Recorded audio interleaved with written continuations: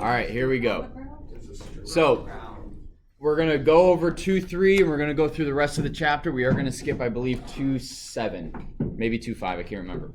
So unshielded twisted pair cable. So one thing you guys need to know is that you have what's called UTP and STP. UTP is unshielded twisted pair, which is what you've been working with. STP is shielded twisted pair. Now the difference obviously is one is shielded and the one isn't. What does that mean? Inside that cable around the wires is a piece of like it's like aluminum, right? And what it does is it helps prevent interference from outside of the wire affecting it. Now most of the time, most things don't need that much protection. Like if we get a little bit of interference and it slows down our network by 3%, it's not that big of a deal, right? But if you have a tech company and you're talking to millions of people and every second counts and you can't, then you'll probably want shielded twisted pair, but it is more expensive. So yes, Joseph. Did you say that wires aren't hackable? Yeah. So where's the rate? Where's the interference come from? Think of it as like a river with a bunch of rocks and a river with no rocks. So the interference, it just makes it's still going to go, but you're not like taking anything out. You're just affecting how it moves.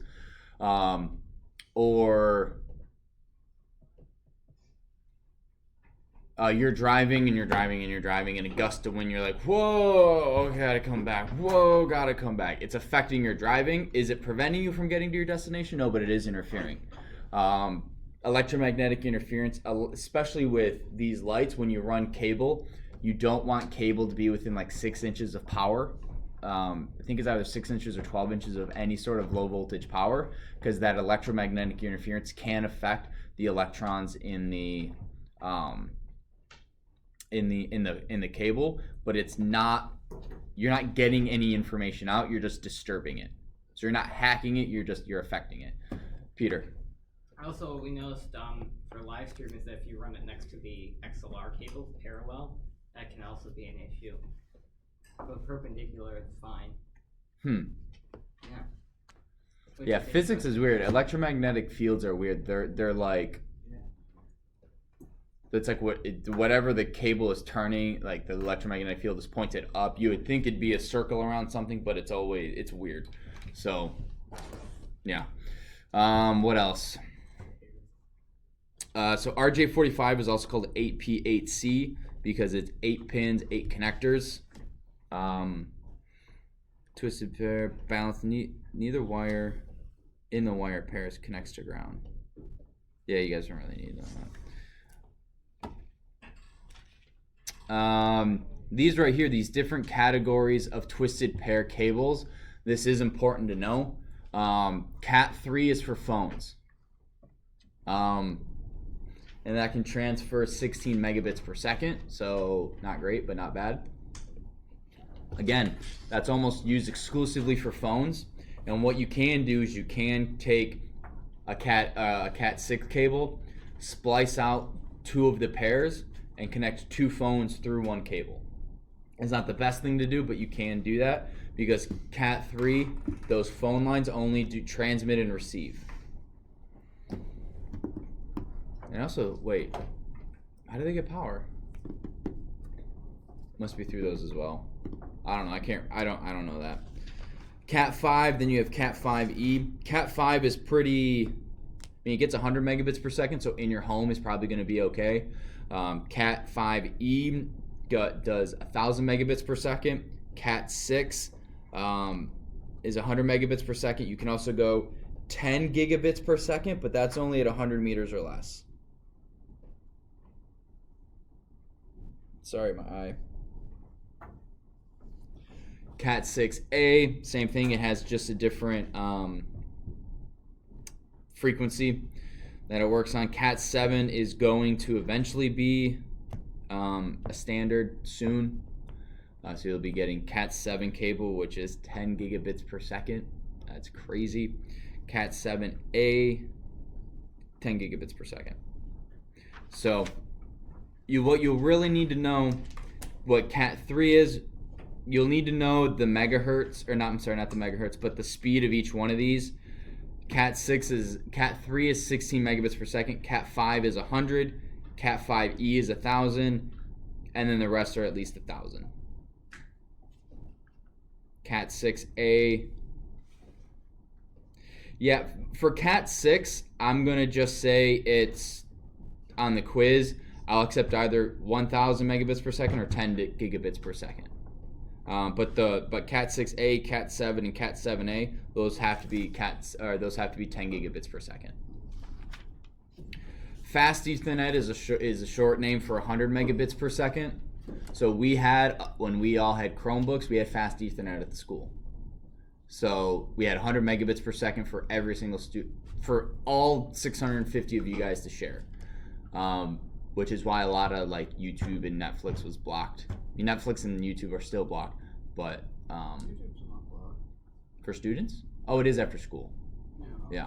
Wait, I don't get that though. Because you could be in the corner of the library looking at something you're not supposed to. That's still not blocked by YouTube. It's still not like pornographic or something like that, but you could be watching clips from movies and stuff like that. And if your son's supervised, we just want to remove that liability from us.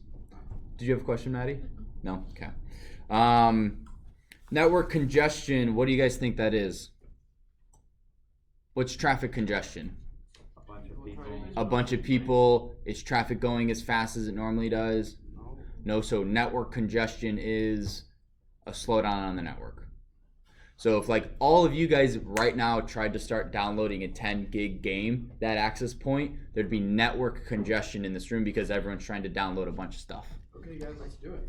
No! Actually, it's heavily throttled. Yeah, no, we throttle you guys to like 4 megabits per second to prevent that. But the teachers could. Teachers could, yeah. Throttle it. So We used to only have access points in the hallways. So it'd be like one access point for 4 rooms because you had 4 teachers. Now, once we went to one-to-one devices, we had to put them in each classroom. Michael. Figured out the riddle thing. Okay, don't tell me. I want to figure it out. Bottlenecking is another term. Hey, there's a typo. there's a few typos there. Right here. Congestion. Suddenly French. Congestion. Yeah, bottlenecking, same thing. We have a bottleneck on this AP or whatever. Full duplex. This is really important. Full duplex means your devices can send and transmit at the same time. Half duplex is one or the other. So if it says full duplex router or full duplex this or full duplex that, that means it's going to be a little faster than half duplex. I was wondering what that meant. It was in the review and I couldn't find it anywhere. Yeah, there it is. Makes sense? Again, you guys should have read this already, and you guys should be doing the review. Gigabit and Ethernet is 1,000 megabits per second. So what's fast Ethernet, Nikki? Sorry. Okay. What's fast? I'm gonna fast Ethernet. We had this at the school up until surfaces. It's a speed of Ethernet. What speed do you think it is? 1,000. No. 100. There you go, 100. Yep. Gigabit Ethernet is 1,000 megabits per second. That's what we have now. Yes. Do you know relatively the cost of gigabit internet for like home installation? More than AT&T provides. So I have Xfinity. It's 200, and it was about it's about 100. No, I also have TV included. So with TV, 200 megabits per second is about $100. $500, I think, for a gigabit. I don't know. It depends on who you get. Your If it's ISP and location, like if you have Google, what's the Google internet? Google Fiber. Yeah. yeah. Google Fiber is like $10 or something. It's crazy. That's a lie. I don't know. 10G base T. So these acronyms, again, I'll fully admit it. It takes me a sec to remember how they work. Again, 10 or 100 or 10 or what, like that number is the speed. So 10 obviously isn't going to be 10 megabits per second anymore, right? It's going to be 10 gigabytes. G is 10 gig G, so that base T. T is Ethernet or copper, and then if you have F, it's fiber optic. I think it's F or it's X. I can't remember. What? It's up. It's F. That's what I thought. So then you have STP, electromagnetic interference. So again, STP prevents or eliminates or reduces electromagnetic interference. You guys know what a Faraday cage is? Yes. Raise your hand if you do not. I can't remember what it is. So a Faraday cage is basically a cage made out of metal that prevents electromagnetic interference. If you guys have ever seen like a movie where you see not a crazy guy, but he's like, I'm living off the grid, blah blah blah. He'll have what looks like a fence around his entire computer. That's a Faraday cage, and that prevents or at least reduces the ability for outside electromagnetic signal, so attempting at hacking, to get into his network, his computers. So like in The Punisher, season 2, I think there's that. Enemy of the State, which is a great movie from the 90s. Gene Hackman has a house like that, or has a place in a garage that's surrounded by a Faraday cage. Yeah. You show me pulling a picture real fast. Yeah. There's also like a lot of elevators they tend to be Faraday cages because they're made of metal. Faraday cage.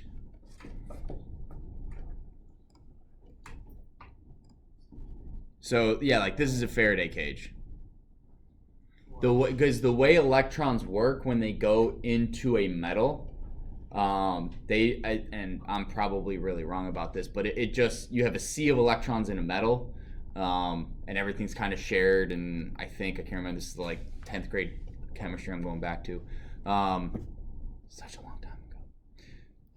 And it messes with wireless electromagnetic interference, so it prevents anything from the outside getting in and anything on the inside getting out. Again, that's why going into an elevator, you almost all the time lose reception, because you're in a metal box essentially. Yeah, so that's why you can sit all this, it gets into, it's basically absorbed by the metal and it goes around, which is why this, well, it looks like a woman, can sit here and not get sparked. All right, so that's it for chapter 2-3. Terminating Cat 6 cables. I'm really not going to go over this too much. T568A and B, which one do we use? B, which one's older? A. Perfect. That's all you need to know.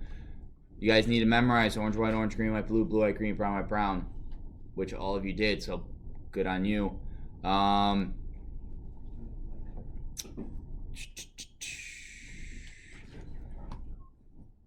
Oh, this is good to know. This is really good to know. Pairs 1, 2, 3, 6, those are your transmitting pairs. So orange and green transmit and receive the information. It just depends on... No, I'm sorry. Orange, white, green, white, and blue. Why they do that, I don't know. So it's orange, white, green, white, and blue are your transmitting cables. Why that is, I don't know, but orange, white, orange. No, God, I'm stupid. Orange, white, green, white, green. 1, 2, 3, and 6. 1, 2, 3, 6. Orange, white, green, white, blue, blue, white, green. Yeah, so it's orange, white, green, white, and green are your transmitting pairs. So if you have an issue, so this is an example of this. I had a camera that was receiving power but was not being found on my network. What does that mean? Are your pins maybe wrong? It was, I think my punch down was bad. I can't remember which one it was, but again, I had power, so my other two, I think the blue, or I can't remember which pair it is, PoE, but that pair was fine. It was my transmission or receiving pair. So that was a really tough thing to figure out, because I'm like, it's got to be the wrong subnet, it's got to be the wrong. I didn't even think about the physical layer, which is why nothing worked. If your physical layer doesn't work, nothing else works. So you always have to check that. It's not often that it's your physical layer, but when it is, it sucks when it is. Peter. Did you not cable test the runs? I can't remember. Probably not, apparently. Let's Let's see. Yeah, so this is just a little bit more orange, white, orange, green, white, blue, green, white, green. Those are the pairs that transmit. Straight through crossover cables. Oh, here we go. Patch cables go basically from a device to an outlet. So like we have patch cables connecting what's left of these computers to the wall. We then have patch cables going from our patch panel to our switches, those sorts of things. Wires in the cable connect. Straight through cables, what you guys made are straight through cables. You have the same order on both ends. Same pins connect to the same pins on both sides. Crossover cables have a change. They swap them, so they go from like A to B standards. Those aren't used too often anymore. Those are basically for legacy items. So a really old computer, really old switch connecting to a new one, you gotta have a crossover cable. We only have a few of those, and they're always labeled. You always want to label a crossover cable if you make it. Wire map, a graphical or text, whatever. Yep, we got that. Terminating, we did that. So I'm gonna skip all of this because you guys essentially know how to do all of that. Cable testing and certification, I'm really only gonna go through and touch on a couple of the things in here. I don't think I even gave you a single question in the review for 2-5 because we don't have a cable tester. Mr. Vishnoff looked them up, they're like $1,500. So that's like a year's worth of budget for me in this class, and I don't want to spend it all on that. So, but we do need to talk about crosstalk. Signal coupling in a cable. So basically, the things, you have crosstalk and alien crosstalk. Alien crosstalk is from outside of the cable, affecting stuff on the inside. Crosstalk is between the wires in them themselves. So if you got rid of like that plastic sheath down the middle, because you're like, oh, it's a super short cable, it's easier, it's more flexible, it can fit, you're gonna have increased crosstalk because that plastic sheath divides stuff. Or that plastic divider is a divider. Yeah, that's about it for 2-5. I'm not gonna spend a lot of time on that. Again, I don't remember any of these sorts of questions online on the certification exam, so it's not super important. At least maybe it is, but I didn't do it. 10 gigabit over Ethernet over copper. So again, that's 10G base T, 10G base T, 10 gigabit Ethernet. So it saves you about half the vowels. So 10G base T is, you say that, everyone, one, you seem to know, you're like, oh, what's that? Oh, that's 10 gigabit Ethernet. You know, that's 10, that's whatever, you sound smart. So 10G base T, which is, I obviously don't sound that smart right now because whatever. Let's see. The standard for 10 is 802.3 AN-2006 10G base T. It's a really long name for a standard. Now, if I had to guess, it came out in 2006. Okay. Alien crosstalk. Oh, did I screw that up? From one permanent link to another. No, I don't think so. No, okay, yeah, no, I was right. Alien crosstalk is from another cable. Crosstalk is within the cable. Foil over twisted pair cabling. Is that not STP?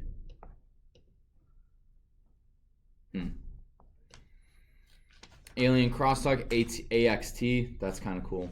A lot of this stuff. Not gonna lie, a lot of this stuff, unless you are the person certifying cables, or you are the person that is in charge of, hey, listen, these cables, we need as much speed as we can get. We can have zero interference. You really don't need to know that much about this. Like, if you're just building a data center, or if you're wiring a back room, like you guys saw our back room, we don't really care about alien crosstalk. We don't need to, right? It's not going to it's not going to mess up our network that badly. So I don't really know much of this because it's like I learned it and then I've never ever used it. So I won't quiz you on it. Okay, we're gonna jump over to 2-7, troubleshooting cable systems. So these are basically just things that you need to take a look at and make sure when you're troubleshooting stuff are things broken or not. First thing, make sure everything's plugged in. A lot of you guys were looking at stuff and the first time you did it, you did the blade on the wrong side, so you cut the cable you cut the wire as it went into the cable, not the excess. So when you ran it, that pair didn't work, obviously, because the wire was cut. You just need to look at it. If you're sitting there going, this isn't working, you actually have to physically look at it. Can I see the copper at the very bottom of that channel? Are the wires broken at all? Anything like that. So physically, you need to make sure everything works. You need to look at the RJ45. Are my wires all the way pushed up? Do I see the metal thing pushing into the wire for the connectivity? Yes, no. If you don't see it, obviously you have to redo it. If you do see it, then you're good to go. Don't stretch the cable. Don't put a lot of stress on it. It can really screw stuff up, just like you stretching. It can hurt you. It can hurt the cable. So don't do it. There is a maximum pulling tension, which if you pull more than that, you can damage the cable. Basically, pull. If it stops, don't pull anymore. Right? Don't be going, because what could be happening is on the other side, if you're going through a little chase, there could be a curly cue in the cable, and as you're pulling it, you are basically cutting you guys ever kink a hose?